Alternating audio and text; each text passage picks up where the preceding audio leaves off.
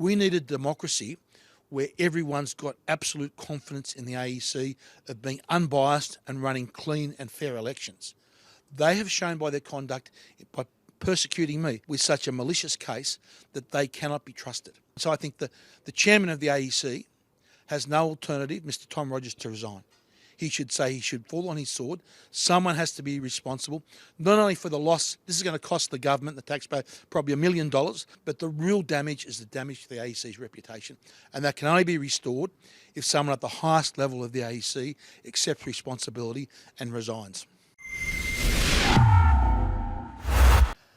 Yemini for Rebel News in Melbourne, Australia, here tonight to catch up with former Member of Parliament and lead candidate for the United Australia Party, Craig Kelly, who has some fantastic news to share with us. This was a malicious and a vexatious prosecution.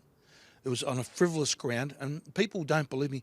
It was about a font size of an authorisation.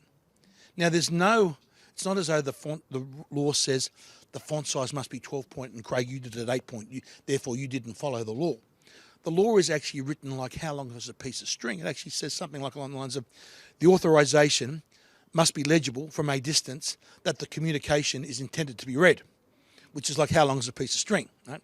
How was it brought to court? Well, originally it was brought to court on election eve. I'm sitting in my office.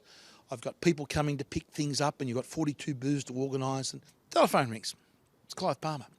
He says, we've got a problem, Craig. He says, the AEC are taking us to court. They're trying to stop you from campaigning tomorrow. I'm going, yeah, Clive, yeah, funny joke. I don't have to campaign tomorrow. That means I can sleep in bed, I'm thinking, good joke, Clive, ha, ha, ha, ha, ha, right? And I seriously thought it was a bad joke Clive was telling me. So I sort of didn't give it much thought, you're going flat out. But after the election, I went back and saw the judgment that the judges handed down and went through the detail of this case.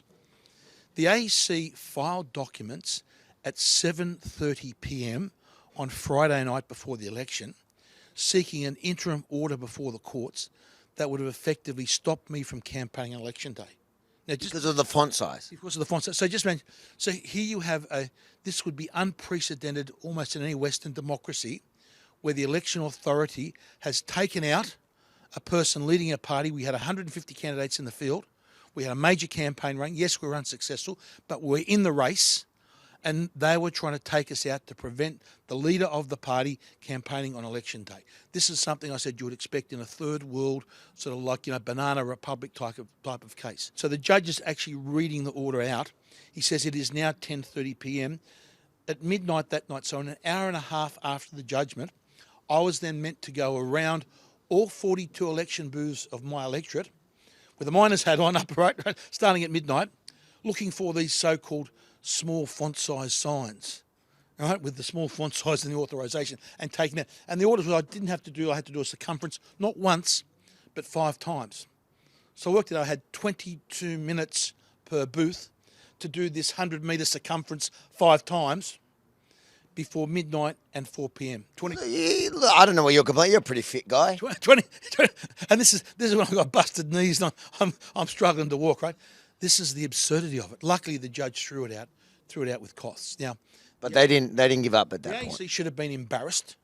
Someone at the ACC head should have rolled over that case because of the damage that it did to our democracy, right? But they didn't give up there.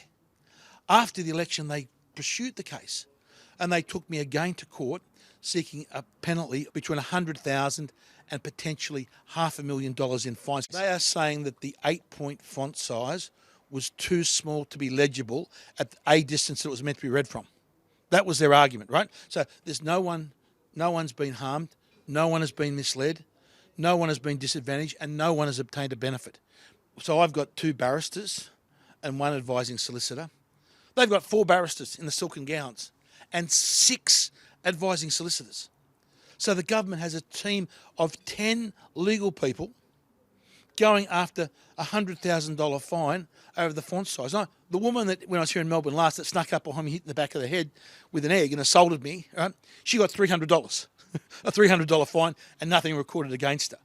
I'm there in the federal court facing $100,000 fine. Like if I had lost, it was $1 million in my costs, their costs and fines. But in her defence, she was probably just angry because she couldn't read your font size. Maybe that's the absurdity. So look, luckily the The judge has to be fair, he has to hear the arguments.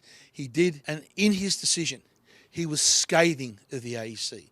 He described their conduct as unjustifiable and unreasonable. You couldn't get a more scathing comment from a judge about the AEC's conduct. Have they ever prosecuted anyone like this in history? Never. Was your font smaller than anyone else's? No, have a look. There's pictures on my internet.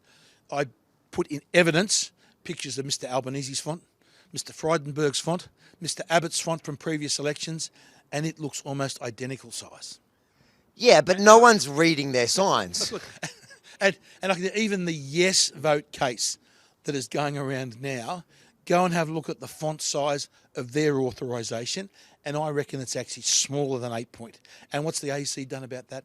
Absolutely nothing. Yeah, but that's Aboriginal land, those signs. So you need to calm down. You're yes. showing your true colours, and it's not black. Look, it's the yes case again. It just shows they're attacking one side of politics. It's an ideological basis they've attacked upon, and that's why I say the chairman of the AEC needs to stand down, because what he has done by allowing this case, the buck's got to stop with him. He's allowed this case to go forward, and he's significantly damaged the AEC's reputation.